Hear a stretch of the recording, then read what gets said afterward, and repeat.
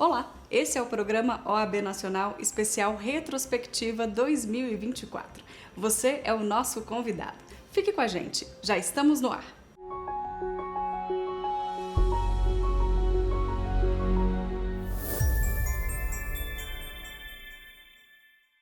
Eu começo o programa de hoje relembrando as principais conquistas e ações da Ordem dos Advogados do Brasil em 2024. Nesta gestão, o Conselho Federal da OAB manteve uma postura firme no compromisso de garantir as prerrogativas da classe em todo o país, especialmente na defesa da sustentação oral dos advogados na tribuna. E é essa carteira que cada um de nós temos e carregamos diariamente, que muitos banalizaram e tratam como carteirinha, ou carinhosamente como a vermelhinha. Ela é a carteira de identidade do advogado no Brasil. Ela é a carteira de identidade da advogada brasileira. Ela é que permite que todos nós, advogados e advogadas, possamos substituir a voz do jurisdicionado perante o judiciário brasileiro. Ela é que permite que nós possamos brigar e lutar todos os dias unidos para que essa voz não possa ser calada nas tribunas dos tribunais do Brasil. E é com essa mesma garra, e é porque o diálogo não foi capaz e nem possível de resolver. Fomos até onde pudemos, presidente Bito, em relação à salvaguarda do direito da advocacia a fazer sustentação oral nos tribunais brasileiros. É que nós, todos unidos, na próxima semana, apresentaremos, governador, uma PEC no Congresso Nacional para que acabe de uma vez por todas essa discussão de que o que vale mais é o regimento de um tribunal ou é o Estatuto da Advocacia, que é regido por uma lei federal e é onde está descrito todos os nossos direitos, as nossas garantias e o direito que nós possamos, da tribuna sagrada, da defesa, representar o povo brasileiro, retirando suas angústias, desfazendo as injustiças perpetradas contra o cidadão do Brasil. Essa é a carteira que nos iguala em direitos, em deveres. Esse aqui é o nosso escudo e proteção. Quando me perguntaram em uma das caixas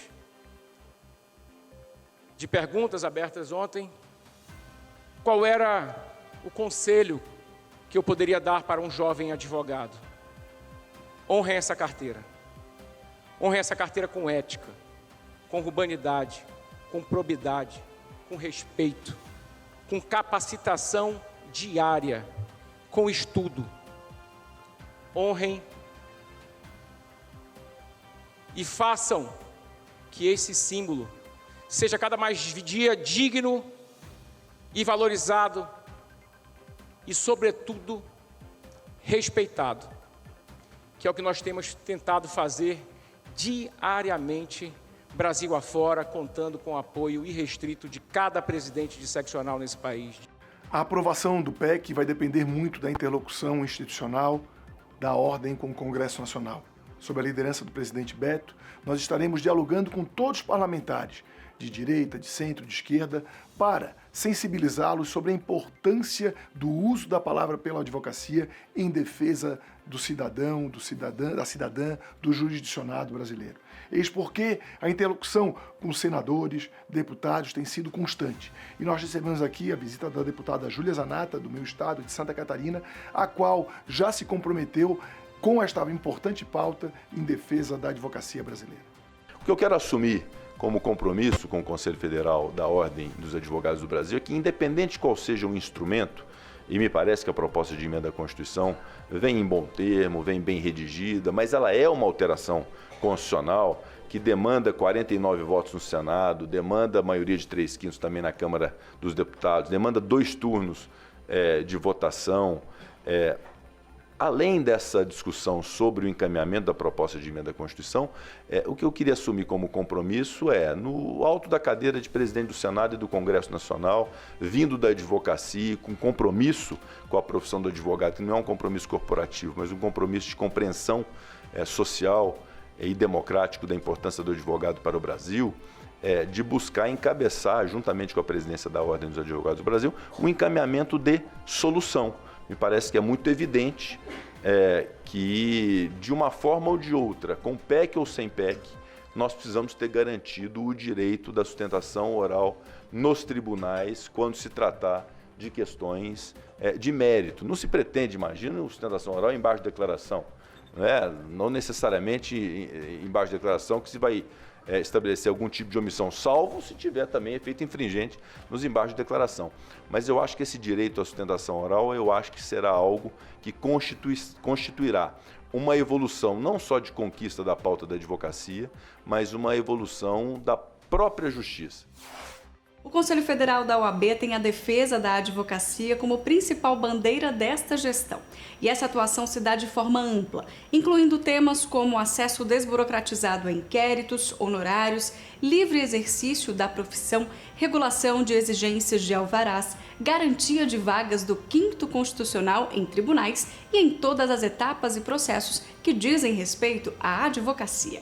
Na ótica da OAB, tanto da OAB daqui do estado do Rio Grande do Norte, quanto o Conselho Federal, entenderam que a transparência, a paridade de armas, ela pode sim ser preservadas, mas não ferindo a prerrogativa, né? Não condicionando o advogado a ter acesso ao magistrado, né? E em razão disso é que foi feito o pedido de providências junto ao CNJ para que o acesso ao magistrado seja feito de forma incondicional. Veja, o magistrado pode ter as cautelas que ele achar pertinente com relação ao momento do despacho com o advogado, né? O contato do advogado.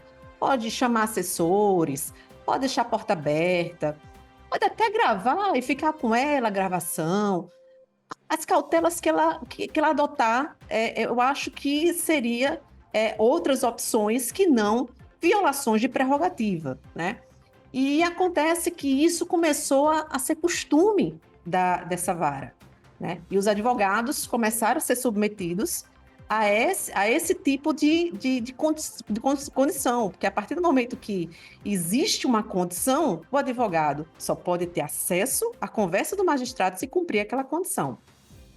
Em razão disso, um caso específico do advogado, Dr. José Tito do Canto Neto, entrou com a petição nos autos, solicitando que o despacho que foi feito junto àquela magistrada que estava presidindo a unidade judiciária não fosse colocado ao processo, porque não era desejo da defesa que colocasse ao processo. Então, além da situação sobre as violações de prerrogativas que isso causou, né? E isso também causa, e aí vai ser, logicamente, impedido de fazer daqui para frente, mas estava, de alguma forma, levando aos advogados a ter uma insegurança, até mesmo a sua integridade física e até mesmo a sua vida, né? Então, quanto isso foi grave e quanto essa decisão foi importante, não só para as prerrogativas, mas também para a segurança dos advogados. E essa decisão veio em grande momento. Eu digo grande momento por quê?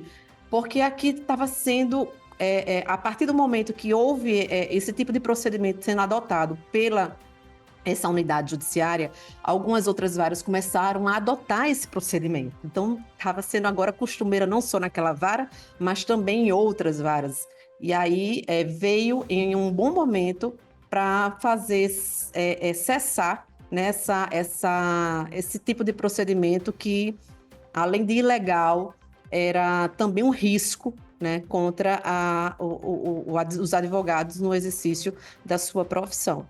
Nas 2 últimas semanas, esta casa obteve para a advocacia e para a sociedade brasileira 2 vitórias que resguardam e fortalecem nossa profissão e o Estado Democrático de Direito. Em uma ação movida por nós, representantes da classe, o Supremo Tribunal Federal reconheceu o cometimento de abuso de autoridade e de violação de garantias na análise e exposição ilegal de comunicações entre advogado e cliente por um delegado de Polícia Federal. Trata-se de abuso cometido por um agente público e não pela instituição Polícia Federal. Mas a ilegalidade gravíssima ameaçando o sistema de direitos e garantias protegidos pela Constituição. É por isso mesmo que buscamos agora a condenação criminal do culpado, zelando para que ele tenha acesso ao contraditório e ampla defesa. Nossa segunda vitória, ainda juntos, como sempre, foi a revisão da proibição de conversas entre advogados que constava em decisão da lavra do ministro Alexandre de Moraes. Em resposta ao OAB, o ministro esclareceu a decisão original, dizendo que inexiste tal limitação. Hoje, nenhum advogado está impedido no Brasil de falar ou manter contato com seus colegas, o que é óbvio. Se algum magistrado de qualquer tribunal, e até mesmo do Supremo Tribunal Federal, insistir em tal ilegalidade, a ordem já tem assegurado as bases para combater e derrubar tal absurdo. Nossa obrigação, senhoras e senhores, é atuar em favor das prerrogativas de qualquer um dos mais de 1.300.000 advogados e advogadas do país. Este plenário é testemunha.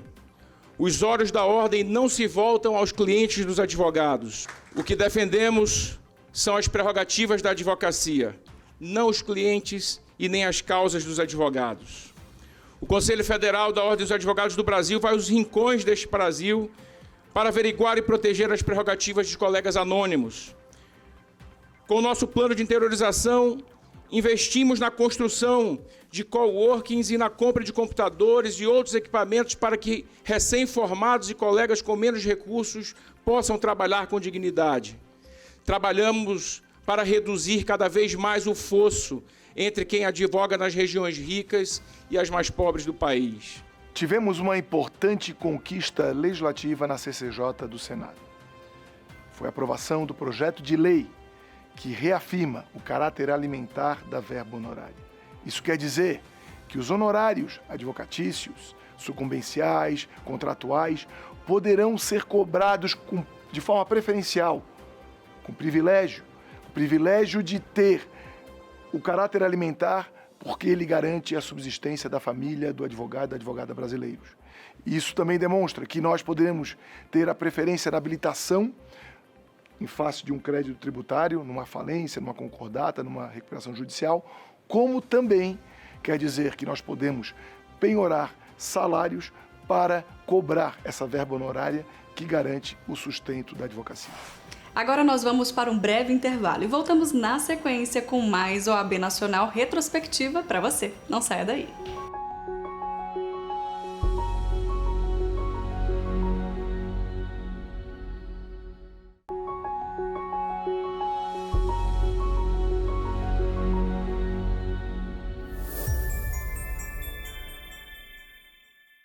Nenhum avanço da classe é total sem a inclusão e a paridade de gênero. Neste ano, depois de intensa atuação, a OAB obteve importantes vitórias voltadas às mulheres advogadas de todo o país. E eu venho aqui, então, na qualidade do Beto, cidadão brasileiro, do advogado, do homem pai de família, dizer que me envergonho daqueles homens que ainda não nos deram as mãos e compreenderam que a igualdade de gênero é o maior elo de pacificação social, não só dentro da Ordem dos Advogados do Brasil, bem como em toda a sociedade brasileira. Quero seguir sendo esse instrumento aliado às mulheres com tantos outros homens que têm essa compreensão, para que nós possamos, de uma vez por todas, fazer com que esses que são dotados do mau caratismo, do descaramento, destes que dissimulam e são machistas e empregam o machismo estrutural dentro da sociedade brasileira, para que nós possamos repelir essa prática e que verdadeiramente possamos seguir juntos em uma sociedade pacífica e definitivamente constituída por iguais. Imensa é a minha alegria ao testemunhar a OAB renascendo bem e em boas mãos. Nas mãos, mentes e corações de mais de 3.000 mulheres advogadas, indígenas, negras, brancas, cis, trans, com deficiência, mães, veteranas e iniciantes das capitais e do interior do Brasil. Ao vê-las daqui, sinto a representatividade de mais de 700 mil mulheres advogadas brasileiras. Nossa tarefa é a advocacia, mas nossa missão fundamental é garantir a igualdade e a cidadania dentro e fora da ordem. Por isso, com o coração arfante, eu, simplesmente o Beto, dirijo-me a vocês, mulheres advogadas, força majoritária e inquestionável da Ordem dos Advogados do Brasil.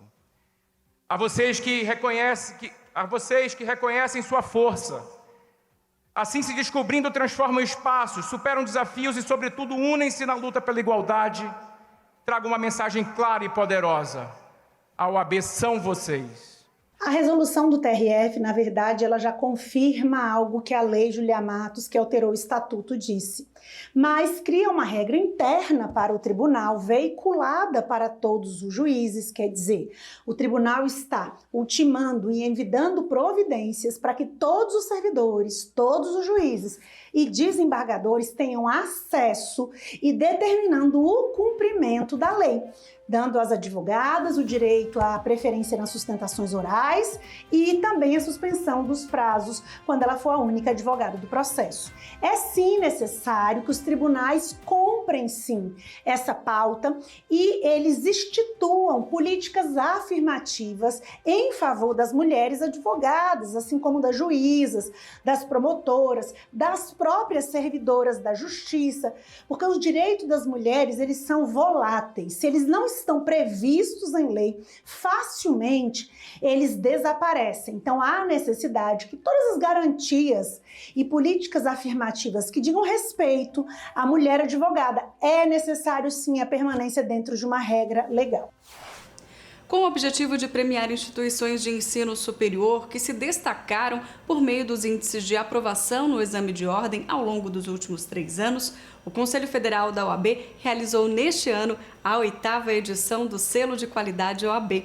Com o tema O Fortalecimento da Advocacia Brasileira a partir do Ensino Jurídico de Excelência, o evento contemplou 198 cursos de direito das 5 regiões do Brasil. O nosso papel é estimular uma formação cidadã dos atores do sistema de justiça, advogados, advogadas, membros do Ministério Público e do Poder Judiciário, entre outros, que sejam conscientes e comprometidos com a justiça brasileira. Assim, nesta solenidade, ao reunir professores, professoras, coordenadores, coordenadoras, reitores e reitoras dos 198 cursos de direito no Brasil, condecorados com essa distinção de excelência, a OAB apresenta à sociedade brasileira os desafios da formação jurídica no país. Temos um quadro preocupante a enfrentar. Em um universo com mais de 1.900 cursos de direito no país, apenas 10% deles são reconhecidos e recomendados pela ordem.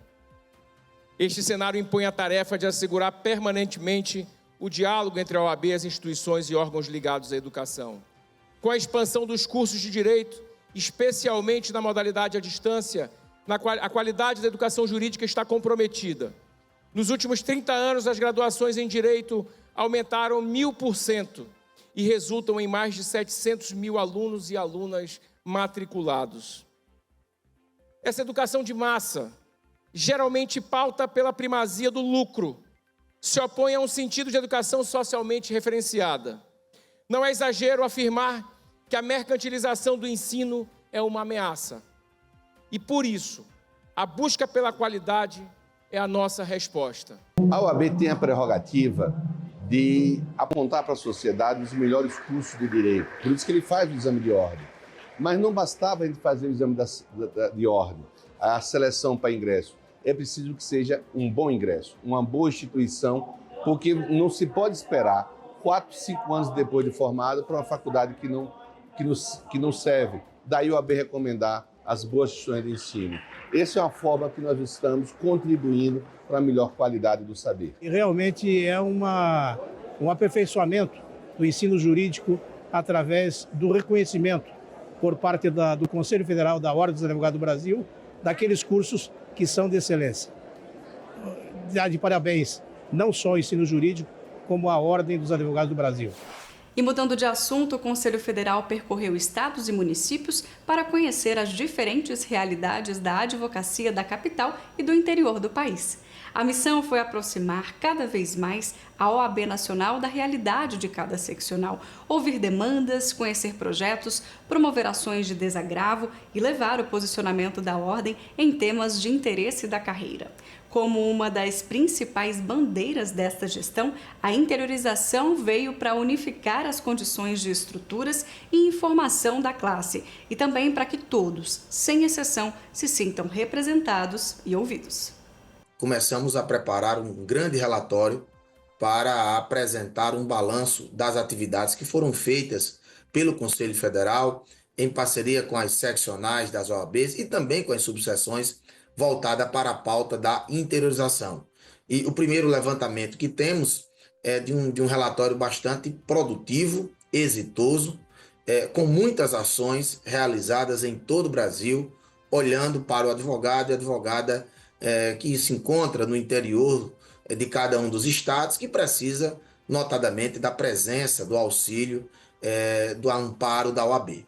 E, para tanto, nós superamos o número de 300 inaugurações em todo o Brasil, seja de salas compartilhadas ou coworks, sedes de subseções, parlatórios e outros locais, oferecendo um espaço digno para a advocacia, dotando esse mesmo espaço de equipamentos de informática, de kits de informática, que também foram distribuídos pela OAB em todo o Brasil, de forma que nós temos envolvendo inaugurações, doações de equipamentos, envolvendo também cursos online e gratuitos, seminários presenciais que foram feitos, em torno de 500 ações que foram realizadas pelo Conselho Federal em todo o Brasil durante esta gestão, que tem a liderança e a condução do presidente Beto Simonetti. Então, o relato é bastante positivo. Nós estamos aprontando este relatório para entregar ao presidente Beto Simonetti, que certamente vai publicizar a toda a advocacia brasileira e a partir também ali dos conselheiros federais na sessão ordinária do mês de dezembro. E nós estamos, portanto, já muito felizes com todo esse trabalho que foi desenvolvido, numa grande parceria e numa grande decisão, numa acertada decisão da diretoria do Conselho Federal, com o presidente Beto Simonetti e os demais diretores, de priorizar, dentre as pautas da OAB, de todo o trabalho que é feito, também a pauta da interiorização. E é isso, portanto, que a gente caminha para o final do cargo, do exercício, da gestão, mas já tendo esse relato bastante positivo para apresentar. A OAB entende que o pleno funcionamento dos serviços oferecidos pelo Instituto Nacional do Seguro Social tem a ver com o zelo pelas prerrogativas da advocacia. A questão do atendimento dos profissionais nas agências do INSS é central para todos os advogados e advogadas. Garantir os serviços e o adequado atendimento aos profissionais é trabalhar em defesa da prerrogativa de livre exercício da profissão. E, se violada, a cidadania e direitos constitucionais básicos são diretamente afetados. Terceira edição, presta atenção na fala serviços. Uma das grandes preocupações da Comissão Nacional de Direito Previdenciário é facilitar o acesso do advogado aos canais de atendimento do INSS. Uma das grandes conquistas, ainda da gestão passada, conduzida por Chico Couto, foi a implantação do 0800 da advocacia, um canal onde era possível, por telefone, se comunicar com os servidores do INSS para a obtenção de serviços, aqueles mesmos serviços que são acessíveis também pelo INSS Digital. Agora, a grande questão é que o 0800, apesar desse número que nos remete à gratuidade, ele não era integralmente gratuito. E agora nós conseguimos, com base em várias reuniões e muito diálogo, que seja implantada essa gratuidade. Foi inicialmente implantada com relação àqueles do Distrito Federal, o prefixo 61, mas até no prazo de um mês, todo o Brasil poderá ligar para o 0800 da advocacia, do INSS, sem pagamento de qualquer tipo de tarifa.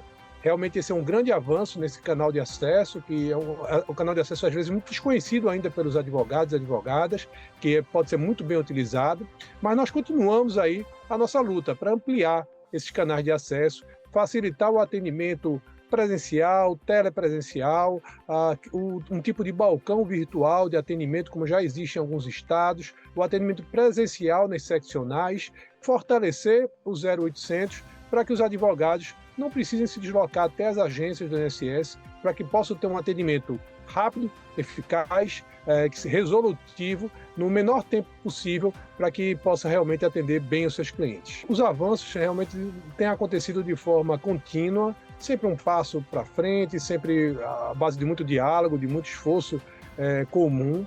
Lembrar que até bem pouco tempo, a única forma do advogado acessar a Previdência era por meio das próprias agências, sempre muito cheias, sempre muito lotadas, com aquelas dificuldades que existiam nesse atendimento, e a gente vem gradativamente ampliando esses canais de acesso. O INSS passou a disponibilizar as telas de acesso, tanto do Plenos quanto do Prisma, que são sistemas mais antigos e que têm algumas informações que ainda não migraram para o sistema novo, que é o INSS Digital. Essa novidade ela é de extrema importância para a advocacia previdenciária e para toda a sociedade, porque permite o acesso a informações importantes que são necessárias para avaliação de direito, tanto a revisão, quanto a organização de pagamento, quanto a todo o histórico, principalmente dos benefícios mais antigos, né? Os benefícios anteriores a 2000, mais ou menos. Isso faz com que a gente possa, por exemplo, avaliar melhor o direito à revisão da vida toda, a revisão dos tetos e a outras revisões que, eventualmente, esse segurado tenha interesse em ver aplicada nos seus benefícios. A advocacia, então, tendo acesso a isso, ela tem mais informações, inclusive para elaborar cálculos e fazer as verificações do melhor direito para o seu cliente. Isso traz mais transparência na relação e vem viabilizar essa informação mesmo antes da integração dos sistemas. As últimas conversas que a Comissão de Direito Previdenciário teve com o INSS, a gente vem fazendo essa solicitação, mas nos foi passado que pelo menos mais um ano de demora haveria entre a integração disso com o meu INSS. Porque a ideia final, claro, é que tudo esteja dentro do meu INSS do cliente, acessível diretamente online, sem ter que ter a entrega de tela ou a intervenção de um servidor. Mas até que isso não se torne possível, até que isso se torne possível, a gente então passa a poder obter essas telas através do pedido de cópia ou do agendamento de serviço. Pedido de cópia que pode ser feito online ou do agendamento de um atendimento no guichê virtual, no guichê presencial, que é da OAB, ou até de um agendamento de retirada de CNIS ou de documentação nas agências da Previdência Social. A gente vem construindo soluções, às vezes pela inovação do sistema, mas muitas vezes para garantia de acesso, mesmo antes de a gente conseguir tornar tudo realidade dentro do sistema. A gente depende da DataPrev para muita coisa, mas aquilo que ainda não pode ser implementado de forma imediata, esse diálogo institucional tem trazido novas soluções para garantir o acesso à informação e o respeito às prerrogativas da advocacia. Este programa especial de retrospectiva é mais uma produção da Ordem dos Advogados do Brasil, com conquistas, avanços e assuntos que foram destaque durante o ano de 2024. O programa de hoje fica por aqui. Muito obrigada pela sua companhia e a você, um feliz ano novo.